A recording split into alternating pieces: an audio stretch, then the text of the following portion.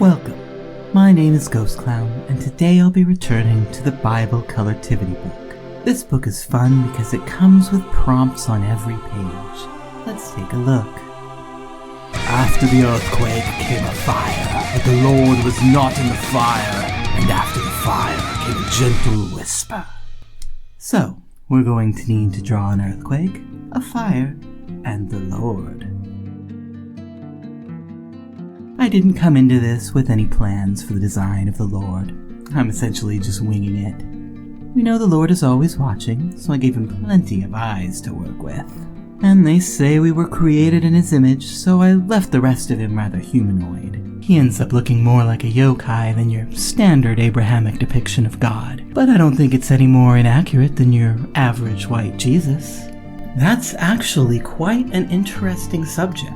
There's a pervasive rumor that our modern image of Jesus was created by Leonardo da Vinci, using his boyfriend as the model. And that is probably true about da Vinci's depiction, but the idea that his depiction is our baseline is false. The truth is actually a lot more complicated than that.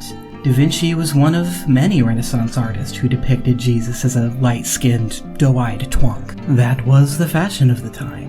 But Jesus' image has evolved quite a bit over the centuries. For example, his beard wasn't standardized until the late 3rd century, and the true influence was probably Zeus and Emperor Constantine. Anyway, I'm sure you're not here for the art history lesson. Let's talk about some contemporary art. This coloring book. The pairing of quote and image is interesting to me. In the quote, the gentle whisper is comfort after a great tragedy. Essentially, God is soothing his people after the atrocities he committed, like an overenthusiastic dom offering some aftercare. But in the picture, God's whisper is only a gentle breeze, with the natural disasters conveniently left out. If you're going to choose a quote this evocative of death and destruction, at least give the children some bodies to color. Is that too much to ask? I didn't even have room to draw bodies, but at least I'm striving for some biblical accuracy.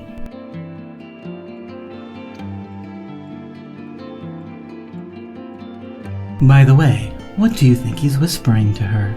Let me know in the comments what sort of juicy secrets the Lord is imparting upon this sweet girl. The best suggestion will probably make me smile.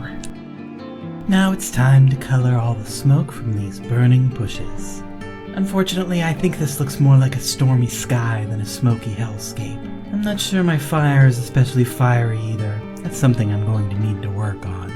Sit down in front of some flames and really practice. They say the best art is drawn from reference. I'll have to keep that in mind the next time I set a fire. Here the earth has been torn asunder by a massive earthquake, and an inferno rises tall. But the girl isn't concerned. She's protected by the Lord after all. On this side of the divide, everything is still lush and green, and she can swing to her heart's content while the world burns around her. Incidentally, I've decided to name her Little Karen. Little Karen is practicing the concept of abominable fancy. If you've never heard of abominable fancy, that is a term coined by Frederick Farrar, which refers to the long-standing Christian philosophy that those in heaven are amused by the suffering of those in hell.